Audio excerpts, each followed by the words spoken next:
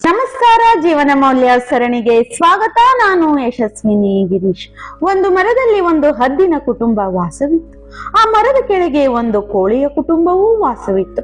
ಒಂದು ದಿನ ಹದ್ದಿನ ಪುಟ್ಟ ಮರಿ ಮರದ ಮೇಲಿಂದ ಕೆಳಗೆ ಕೋಳಿಯ ಕುಟುಂಬದ ಹತ್ತಿರ ಬಂದು ಬಿಟ್ಟಿತು.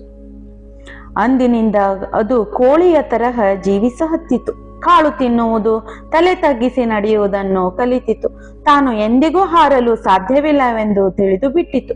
ಅದು ಶರೀರದಿಂದ ಹದ್ದಾಗಿತ್ತು, ಆದರೆ ಮಾನಸಿಕವಾಗಿ ಕೋಳಿಯಾಗಿತ್ತು. ಒಂದು ದಿನ ಒಂದು ಹದ್ದು ಇದನ್ನು ನೋಡಿ ಆ ಹದ್ದಿನ ಹತ್ತಿರ ಬಂದು, ನೀನು ಏಕೆ ಹೀಗಿದ್ದೀಯ? ನೀನು ಹದ್ದು, ಮೇಲೆ ಹಾರಬೇಕು ಎಂದಿತು. ಆಗ ಮರಿ ಹದ್ದು, ಇಲ್ಲ, ನಾನು ಕೋಳಿ, ನನ್ನಿಂದ ಹಾರಲು ಸಾಧ್ಯವಿಲ್ಲ ಎಂದಿತು. ಆಗ ಹದ್ದು ತನ್ನ ಕಾಲುಗಳಿಂದ ಆ ಮರಿ ಹದ್ದನ್ನು ಎತ್ತಿಕೊಂಡು ಎತ್ತರಕ್ಕೆ ಒಯ್ದು ಬಿಟ್ಟು ಬಿಟ್ಟಿತು.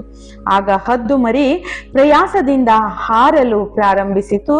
ನಂತರ ಆಗಸದಲ್ಲಿ ತೇಲಲು ಆರಂಭಿಸಿತು. ಕ್ಷಣಗಳ ಹಿಂದೆ ಭೂಮಿಯಲ್ಲಿ ನಡೆಯುತ್ತಿದ್ದ ಹದ್ದು ಈಗ ಆಕಾಶದಲ್ಲಿ ಹಾರುತ್ತಿತ್ತು. ಬಂಧುಗಳೇ, ನಮ್ಮ ಜೀವನದಲ್ಲೂ ಅವರಿವರನ್ನು ನೋಡಿ ನಮ್ಮನ್ನು ಅಶಕ್ತರೆಂದು ತಿಳಿದುಕೊಳ್ಳುತ್ತೇವೆ. ಆದರೆ ನಮ್ಮಲ್ಲಿರುವ ಸಾಮರ್ಥ್ಯವನ್ನು ಗುರುತಿಸಿ ಬೆನ್ನು ತಟ್ಟುವ ವ್ಯಕ್ತಿತ್ವದ ಅಗತ್ಯವಿರುತ್ತದೆ. ಹೇಗೆ ಹದ್ದು ಆ ಮರಿಯನ್ನು ಎತ್ತಿಕೊಂಡು ಹೋಗಿ ಅದರ ಸಾಮರ್ಥ್ಯವನ್ನು ಪರಿಚಯಿಸಿತೋ, ಹಾಗೆ ನಮಗೂ ಮಾರ್ಗದರ್ಶಕರ ಅವಶ್ಯಕತೆ ಇರುತ್ತದೆ. ಆದ್ದರಿಂದ ಮತ್ತೊಬ್ಬರನ್ನು ಮೆಚ್ಚಿ ಬೆನ್ತಟ್ಟಿ ಪ್ರೋತ್ಸಾಹಿಸುವ ಕೈಗಳು ನಾವಾಗೋಣ. ಧನ್ಯವಾದಗಳು.